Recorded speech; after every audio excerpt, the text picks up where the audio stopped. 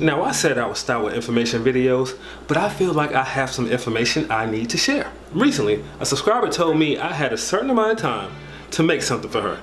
I don't know what was going to happen if I didn't. Maybe I was going to lose her as a subscriber. I don't know. But in these days, I got to keep everything I can get. So she wanted me to make her a caramel cake. First, I needed a caramel sauce. So I figured what I'd go to was Allulose. And this is why you beautiful people are here. You want to know exactly what I have to say about Allulose. One of my previous recipes, I actually used it, but at the time, I had no clue what I was doing, to be honest.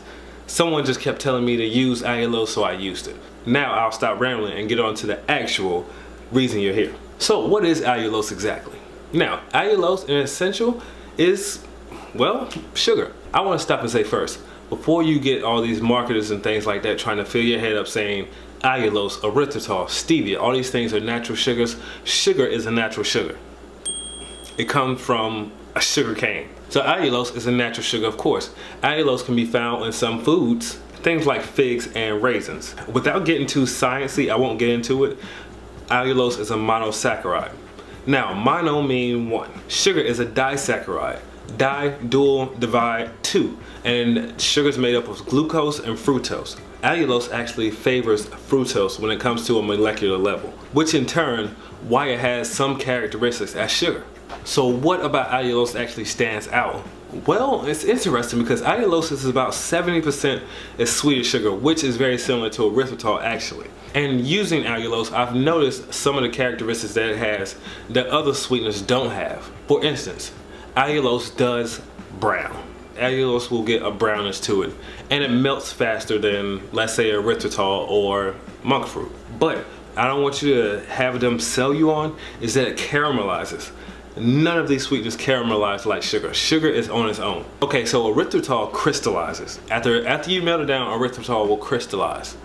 Allulose will become hard, and it will have a stickiness to it, but not like you think it is. When sugar is inside of a cake or a cookie, or if you put it on top of the stove top, you'll notice it gets it'll get thick. I'm sorry, allulose melts down and it moves like water. It's actually very thin. I actually have two forms of allulose here with me. I have a liquid form with monk fruit in it, which you'll actually see that it's loose, but it has a kind of a thicker shape to it than water. But as I said, the monk fruit is in there as well. And I have granulated allulose.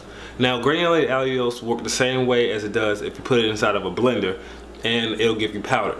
I have here a Health Garden brand, and then I have here, it just says Allulose. All right, that's the brand name, Allulose. All right. One thing is similar to sugar and different about other sweeteners is allulose actually carries calories. It's not completely calorie free, and that's due to, that comes from your body absorbing about 20 to 30% of it.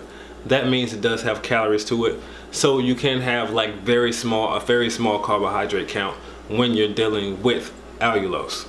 Like most sweeteners, and it's not digested. We can't digest it. Your basic sweeteners are xylitol, erythritol, monk fruit, stevia, just to name a few. But all these sweeteners are technically supposed to be sweet, but they're not absorbed in the body, which makes them calorie free. When you're dealing with something like that not absorbed in the body, it can cause a lot of digestive issues because if it gets to your stomach, it's not being absorbed, and it can kind of sit there. Or actually not necessarily sit there, but it kind of can go straight through you.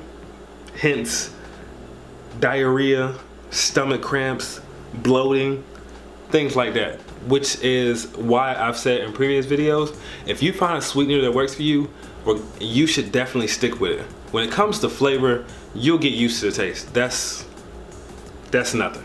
Your body will always get used to the taste of things. Since the video is about allulose, allulose does not carry a flavor. Allulose does not have an aftertaste.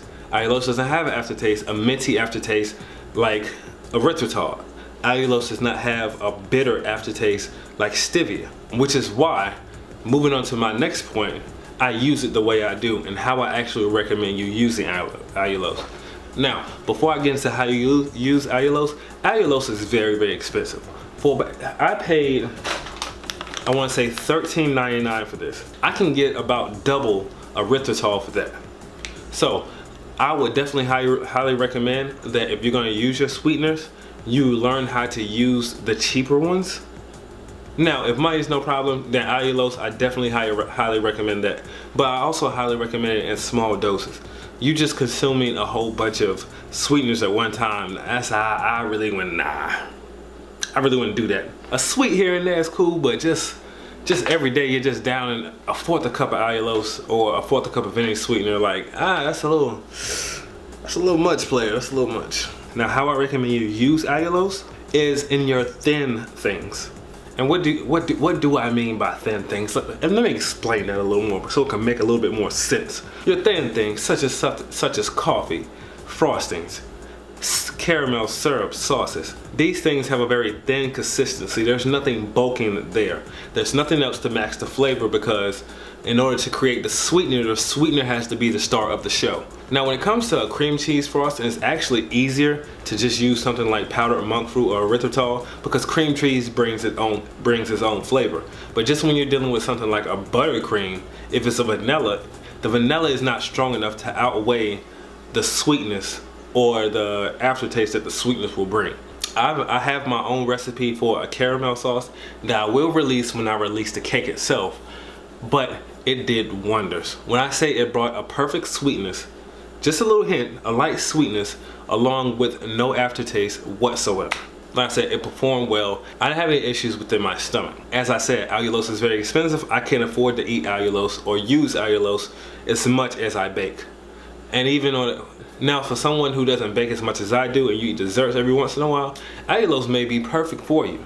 As I said, I would highly recommend it when if you're someone who makes frostings or thin things, or someone who wants to bring in a sweetener that just doesn't have an aftertaste. Another sweetener that doesn't have an aftertaste is xylitol. But a lot of people tend to have problems with xylitol. But I heard through the grapevine that the ones that give you the issue are the corn-based ones. Myself, I got the cheapest one I can get, so I'm pretty sure it was corn-based. If you enjoyed this video, give it a thumbs up. And if you're new to the channel, hit that subscribe button.